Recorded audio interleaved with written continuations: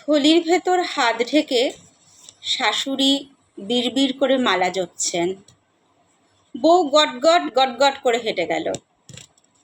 আওয়াজটা বেয়ারা, রোজকার আটপৌরে নয়, যেন বাড়িতে ফেরিওয়ালা ডেকে শখ করে নতুন কেনা হয়েছে।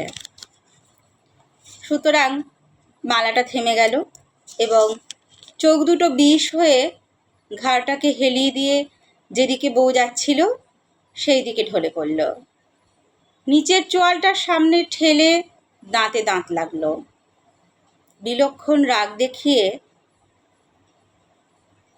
পরমুহূর্তে শাশুড়ির দাঁত, চোখ, ঘাড়, চোয়াল যে যার জায়গায় ফিরে এলো।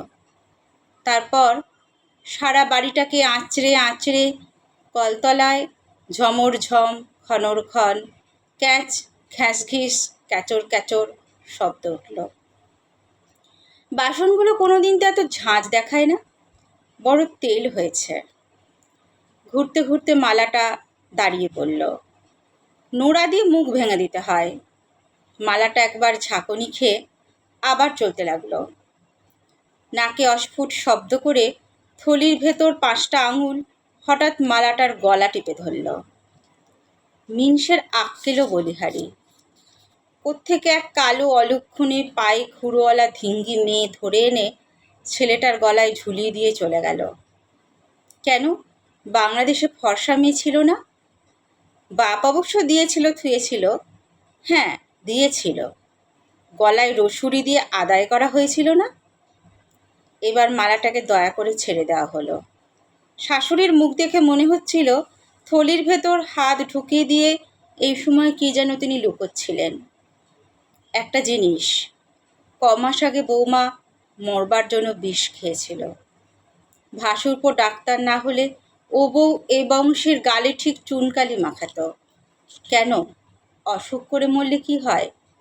ঢঙি আর বলছে কাকে? হাতে একরাশ ময়লা কাপড় নিয়ে কালো বউ গটগট গটগট করে সামনে দিয়ে চলে গেল। না, আর বাড়তে দেওয়া ঠিক নয়। বৌমা, বলুন। গলার স্বরটা ঠিক কাছা গলায় দেওয়ার মতো নয়, বড্ড ন্যাড়া। হঠাৎই দেমাক এলো কোত্থেকে?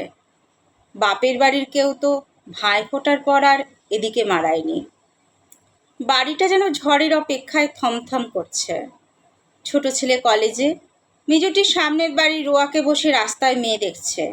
ফর্সা ফর্সা মেয়ে, বৌদির মতো ভূষণটি কালো নয়।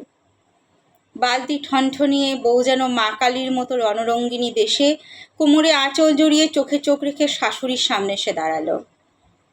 শাশুড়ির কেমন যেন হঠাৎ গা ছমছম করতে লাগলো। তাড়াতাড়ি থলির মধ্যে হাতটা লুকিয়ে ফেলে চোখ নামিয়ে বললেন, আচ্ছা থাক, এখন যাও। বউ মাথা উঁচু করে গটগট গটগট করে চলে গেল।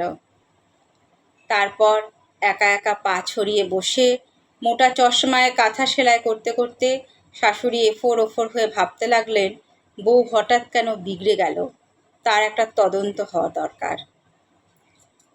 তারপর দরজা দেবার পর রাত্রে বড় ছেলের ঘরে আড়ি পেতে এই কথা কানে এলো। বউ বলছে, একটা সুখবর আছে। পরের কথাগুলো এত আস্তে যে শোনা গেল না। খানিক পরে চকাস চকাস শব্দ। মা হয়ে আর দাঁড়াতে লজ্জা করছিল, কিন্তু তদন্তটা শেষ হওয়া দরকার।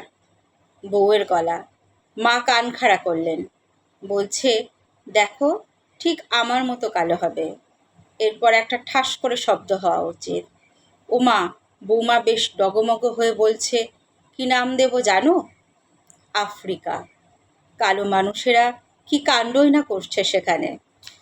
শুনলেন কবিতা মেজাজ, কবি সুভাষ মুখোপাধ্যায়ের কবিতা মেজাজ।